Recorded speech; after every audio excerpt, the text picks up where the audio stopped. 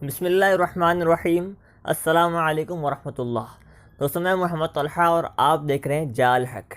آج کی اس ویڈیو میں ہم بتائیں گے آپ کو کہ کس طرح دنیا میں الگ الگ ذہن کے لوگ پائے جا رہے ہیں، اور یہ کوئی نئی بات نہیں بلکہ عبرتناک بات ہے، کچھ سیکھ لینے کی بات ہے۔ جہاں ساری دنیا اس مہاماری کا شکار ہے اور ایک بھوک مری اور ایک لاچاری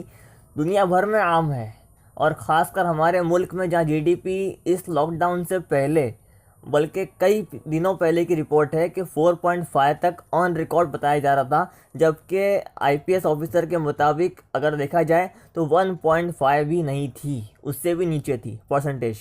تو جی ڈی پی کا جس ملک کا یہ حال ہو، غریبی کا جس ملک کا یہ حال ہو، اس ملک میں سرکار کو کتنے اچھے قدم لینے کی ضرورت ہے اور کتنا ایک توجہ کے ساتھ اس پر کام کرنے کی ضرورت ہے کہ ملک میں جو ہے وہ بے روزگاری ختم ہو اور روزگار بڑھانے کی باتیں ہونی چاہیے۔ اس پر کچھ قدم اٹھائے جانے چاہیے، مگر یہ سب تو بہت دور کی بات۔ جو این جی اوز ہے اور جو سنستھائیں جو کام کر رہی ہے اس کے پیچھے، اللہ ماشاء اللہ کچھ سنستھاؤں کے علاوہ اس میں ریاکاری کی حد پائی جا رہی ہے۔ ایک حد تک پہنچ گئی ریاکاریاں کہ دکھاوا، ہمارا نام ہونا چاہیے، ہماری تصویریں اخبار میں چھپنی چاہیے، اور یہ کام اگلے دن ہو جائے، ڈیلے بھی نہ ہو، کہ ہمارا نام فوراً ہو جائے۔ اللہ معاف کرے، حدیث پاک میں آتا ہے کہ جو بندہ کوئی نیک کام کرتا ہے اور اس میں ذرا سا بھی اگر ریا ہوا، یعنی دکھاوے کا جذبہ اگر ذرا سا بھی ہوا اس کام میں، تو اللہ پاک اس کام کو نہیں قبول کرتے۔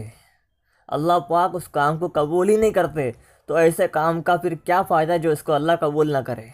دوستوں، اس ڈر سے کام نہیں چھوڑنا ہے، سارے نیک کام جو آج تک کرتے تھے وہ کرنا ہے، بلکہ بڑھ چڑھ کر حصہ لینا ہے ان نیک کاموں میں۔ صرف ایک بات کا دھیان دینا ہے کہ ہمارے اندر کی نیت صحیح ہو، ہمارا انٹینشن صحیح ہو، ہم یہ سوچ کر ہر کام کریں کہ اللہ راضی ہو جائے میرے اس نیک کام سے، میرے اس خیر کے کام سے اللہ راضی ہو جائے۔ پھر چاہے وہ جس بھی لائن کا نیک کام ہوگا، چاہے وہ چھوٹی بڑی جیسے بھی نیکی ہوگی، اللہ آپ سے راضی ہو جائیں گے انشاءاللہ۔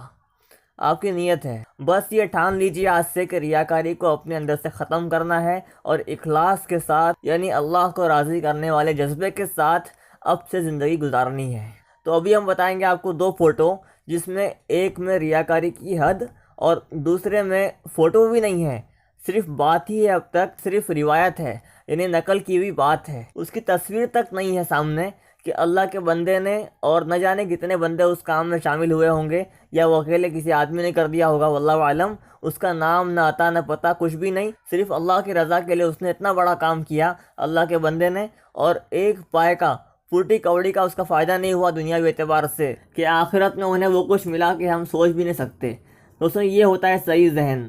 اور یہ ہوتا ہے صحیح کام اور پکا کام، کہ اپنا کیا ہوا نیک کام ضائع نہ ہو جائے۔ ذرا سی نیت کی گڑبڑ کی وجہ سے اللہ پاک وہ سارے عمل کو ضائع کر دیتے ہیں، اس لیے کہ اللہ پاک چاہتے ہیں کہ دنیا وقتی ہے، عارضی ہے، دنیا سے ایک دن چلے جانا ہے، اور رہنا کہاں پر ہے؟ کہ قبر میں، اس کے بعد کی آخرت میں جو لامحدود زندگی ہے، یعنی ہمیشہ ہمیش کی زندگی ہے، اور اللہ پاک یہ چاہتے ہیں کہ بندے کا کیا ہوا نیک کام اس کو ہمیشہ ہمیش کام آئے۔ اسی لیے اسلام میں حکم ہے کہ اخلاص کے ساتھ، یعنی اللہ کی رضا کے لیے عمل کیا جائے، اس میں ریاکاری کا جذبہ نہ ہو، دکھاوے کا جذبہ نہ ہو، اس لیے کہ دکھاوے کے ساتھ کوئی کام کیا جائے گا تو وہ دنیا کی حد تک رہے گا، یعنی خالی دنیا میں اس کو عزت ملے گی، شہرت ملے گی، ایک نام ہو جائے گا، مگر مرنے کے بعد کہ آخرت میں اس کو کیا ملے گا؟ کہ کچھ نہیں، ضائع۔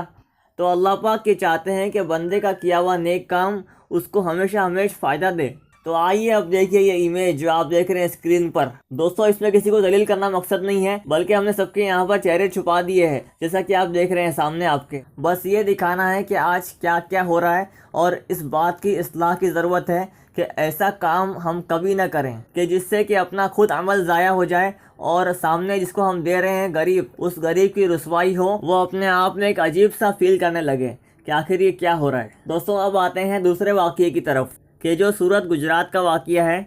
کہ وہاں پر ایک ٹرک آ کر کھڑی ہو گئی، اس نے اعلان کیا کہ ضرورت مند آئیں اور آٹا لے جائیں۔ اس میں ہر فرد کے لیے 1-1 کلو کا آٹے کا پارسل تیار تھا۔ چونکہ ایک فرد کو صرف 1 کلو آٹا ہی دیا جا رہا تھا، اس لیے جو واقعی ضرورت مند تھے وہی آئے۔ تقریباً 800 کلو آٹا تقسیم کر کے تھوڑی دیر میں وہ ٹرک چلا گیا۔ جب یہ آٹا لے کر لوگ اپنے اپنے گھر پہنچے، اور روٹی بنانے کے لیے جب اس پارسل کو کھولا گیا، تو وہاں کیا دیکھتے ہیں آپ کی عقلیں حیران ہوگی۔ وہ اس پارسل کے اندر یہ دیکھتے ہیں جو کہ آٹے کے نام پر، وہ بھی 1 کلو آٹا جس کی کوئی خاص قیمت نہیں ہوتی، اس 1 کلو آٹے کے نام پر جو پارسل دیے جا رہے تھے غریبوں کو، اس پارسل کے اندر 15 ہزار روپئے نکلے۔